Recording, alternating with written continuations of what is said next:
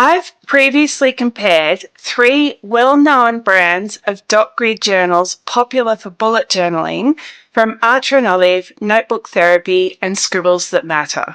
This time, I'm going to compare several other brands of 160 GSM journals that come in at a lower price point per journal. I will focus on journals from Vivid Scribbles, Scribble and Dot, SeQes, Quirky Cup Collective and Slow Journal, which are both Australian brands, and I will also refer to the Pink Mackerel by Tekukor, which was available last year. I'm not sure if it's coming back, but I want to mention it because it's a very good example of what to expect from a reasonably low price journal. And I will also mention Yop and Tom, which is a growing brand, but I don't own one yet, so I will be relying on the information I could find online, and I will include references to it where relevant. Hi, I'm Ruby from The Useful Journal. Like this video and subscribe to my channel for in-depth dot grid journal reviews and washi tape art. I'm going to compare each journal for price, packaging, construction, features, paper, and their approach to environmental and social responsibility. Compared to the businesses that sell the well-known Archer and Olive, Notebook Therapy and Scribbles That Matter journals, these businesses tend to be on the smaller side. Let's have a look at where the business is based and where the journal is manufactured. Vivid Scribble provides very little information about themselves. My best guess is that the company is based in either China or the US, and the journals are made in China. SeQes is a Chinese business with journals made in China, but they do have franchises in other countries. I think the Pink Mackerel by Tekukor is Malaysian and the journals are made in China. Scribble and Dot and Yop and Tom are both based in the UK, and they both source their journals from China, although Scribble and Dot does sometimes use Turkey. Quirky Cup Collective and Slow Journal are both Australian companies that source their journals from China. Most of these brands only have journals available in A5 size, although Scribble and Dot has square available at times and some special purpose journals, and Quirky Cup Collective has reading journals. The reason I've selected these particular journals to include in this review is because their per unit price, per journal price, is lower than that of Archer and Olive, Scribbles That Matter, and Notebook Therapy. All the prices I discuss next do not account for sale prices or the cost of shipping, which I'll discuss separately. Except for the Slow Journal, which has more pages, all the journals are under $30 US. Things change a little when we consider the price per page. Keeping in mind that Archer and Olive, Notebook Therapy, and Scribbles That Matter all come in at around 18 cents per page, SeQes and Quirky Cup Collective both come in at the same price of 18 cents per page, as they both only have 160 pages. Next is the Slow Journal at 17 cents per page, then Yop and Tom at 16 cents. Scribble and Dot and Vivid Scribbles are the cheapest at 15 cents per page. The Pink Mackerel journal was only 9 cents per page in 2023, which was the last time I saw it available for sale. The Pink Mackerel's price was definitely reflective of the lower quality of the journal, as is Vivid Scribbles, which is appropriately priced, whereas Scribble and Dot has a very reasonable price for the quality you receive. I would say the SeQes journal is possibly a little overpriced, but they do offer free shipping within the US, so that may be factored in, and they do often have sales. Because many of these businesses don't have the same volume of sales as the bigger companies, they mostly charge for shipping. If you buy Vivid Scribbles from their website, they only ship within the US, and they do offer free shipping if you spend more than $100 US. They can be bought elsewhere through Amazon, which attracts a shipping charge. SeQes offers free shipping within the US for any number of journals, which then makes it a more reasonable price. The journals are available through Amazon, and shipping will depend on whether you have Amazon Prime membership, for instance, which can then qualify you for free international shipping. Quirky Cup Collective charges for shipping and can ship internationally, and Australian customers can qualify for free shipping if they spend over $200 Australian. Scribble and Dot charges for shipping and can ship to most of Europe. They are sold through Amazon and wholesalers in some countries with varying shipping charges. Yop and Tom charges for shipping to the UK, France and Germany, but also have a website in the US that does local shipping. In Canada, Yop and Tom can be bought through Amazon, and otherwise they can be bought through wholesalers. Slow Journal charges for shipping and only ships to Australia, New Zealand and the US. Be careful when you find journal brands that are being offered by unusual sellers. Most journal brands will have a list of wholesalers or where their journal is available on their website, and if they don't, it's sometimes worth checking in with them to see whether it's an authorised seller. I once asked Scribble and Dot about a vendor in Australia, and it turns out that they were an unauthorised seller, and Scribble and Dot were horrified at the prices they were charging for their journals. Vivid Scribbles, Slow Journal, SeQes and Yop and Tom all provide free gifts with the journals such as stickers or rulers or grid guides. Quirky Cup Collective has no box or cover for the journal, and sometimes it won't come in shrink wrap. This speaks to their policy of minimising packaging for environmental reasons, and they were the only company to provide a statement on this. Yop and Tom also have no box or cover and used to have plastic shrink wrap, but are starting to remove this from newer journals. All others have a box or sleeve and the standard layer of shrink wrap, many with a belly band, and I was surprised that SeQes and the Pink Mackerel went as far as having 2 layers of shrink wrap, one around the box cover with the journal inside, then another around the journal. When I look at construction, I can't speak for Yop and Tom because I don't own one. And to be fair, 2 of my other journals have been through far more use than the others, and that's the Pink Mackerel and the Vivid Scribbles. The other journals have only been tested at this stage. The Vivid Scribbles journal held together as my bullet journal, but only just. The printed paper separated from the card on the spine and split all the way down, so I've had to tape it up. The actual binding didn't split through. I use my Pink Mackerel journal as my swatches journal, and it's holding together, but I wonder how much longer the cover of the spine is going to last because it doesn't feel that strong and is starting to tear at the top. Generally, all the journals are pretty good and often no worse than more expensive brands.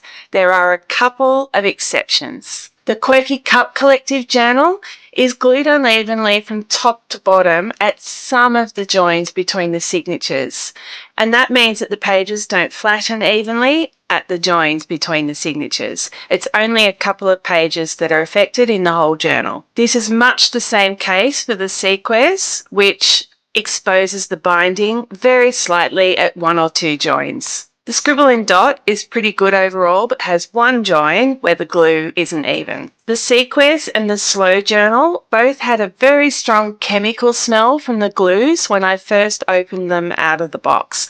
This did dissipate with time, so if you buy one, I suggest just airing it out when you first receive it. My Vivid Scribbles journal had good joins between the signatures, but any more handling and the pages might start to come loose. The Pink Mackerel also has good joins between the signatures. They all lay flat, some needing the spine to be broken in and encouraged a bit. They are all good-looking journals, with the Quirky Cup Collective, Scribble and Dot and the Slow Journal feeling particularly good in the hand. Scribble and Dot and Slow Journal had page numbers inside the grid, which I find annoying because if you add boxes, you then draw a line through the page number. Quirky Cup Collective didn't have page numbers. Vivid Scribbles, Scribble and Dot, and Slow Journal are targeted at bullet journaling as they all had marked pages for index and key pages, with Vivid Scribbles and Scribble and Dot also having a pen test page. One of the few disappointments with my Quirky Cup Collective journal was that the dot grid wasn't an accurate 5mm. They have addressed this problem in new releases, but you will still continue to see it in older stock. This was also a problem for the Slow Journal, which had a dot grid spaced at 5mm across and 4.9mm down the page. Quirky Cup Collective's dot grid was also slightly darker than average, but I mind that less than Scribble and Dot's lighter than average dots that are just too pale to follow when writing across the page. Quirky Cup Collective was the only journal without a rear pocket or a pen loop, but they were also the only journal with gilded page edges. The Slow Journal was the only one with a perforated page at the back. All had ribbon bookmarks, and Quirky Cup Collective has added one ribbon to their journals since I bought this one.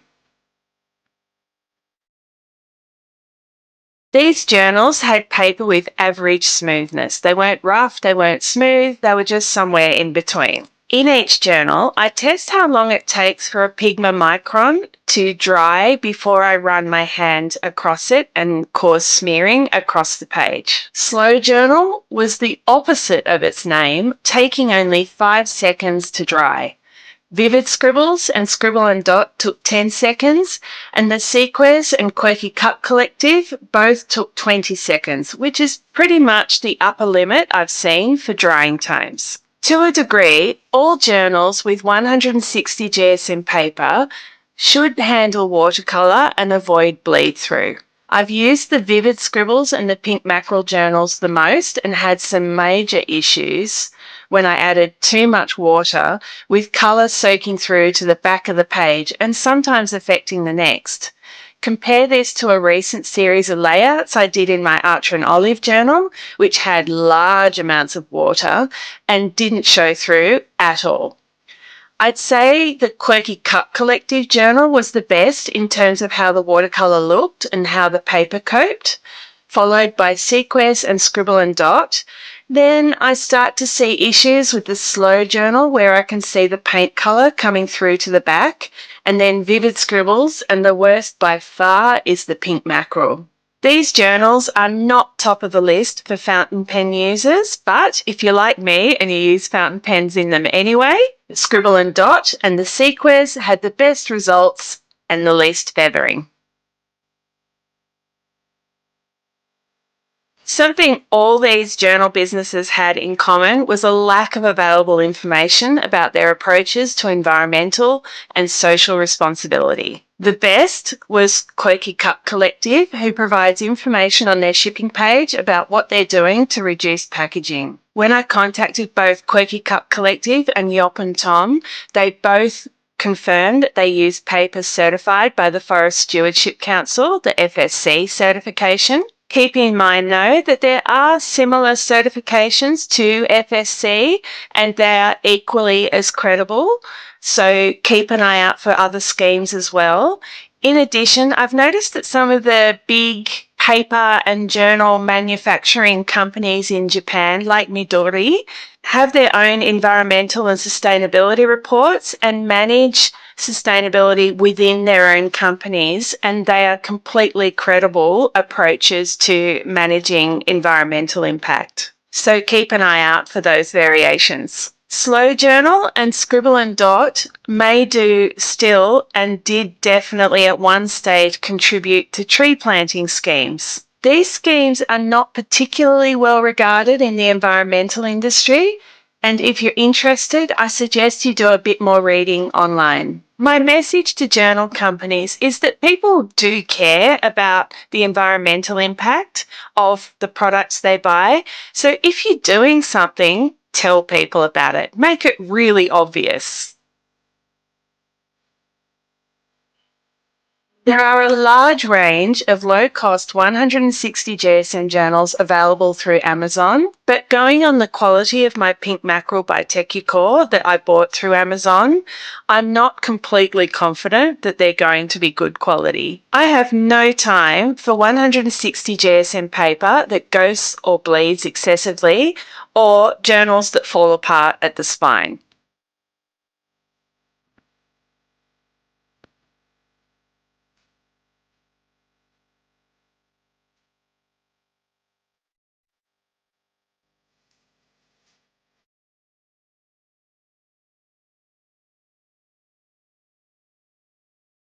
So, why don't I give journals a rating out of 5? You've only got to do a quick read on the internet to find that one person will say a journal is great and another person will say it's no good at all. Journals appeal to different users for different reasons. One person will love a journal with 80 GSM paper because it has the perfect texture for effortless writing, whereas another person will hate it because it ghosts too much. I would prefer to buy journals with minimal packaging and paper with FSC certification or certification by another scheme, but for other people, that isn't a priority. For that reason, I like to share all the information, tell you where the journal performs well or where it's lacking, and then you can go away and make your own decisions about what will suit you. In this video, I summarised the key differences between each journal, not to tell you which one is best,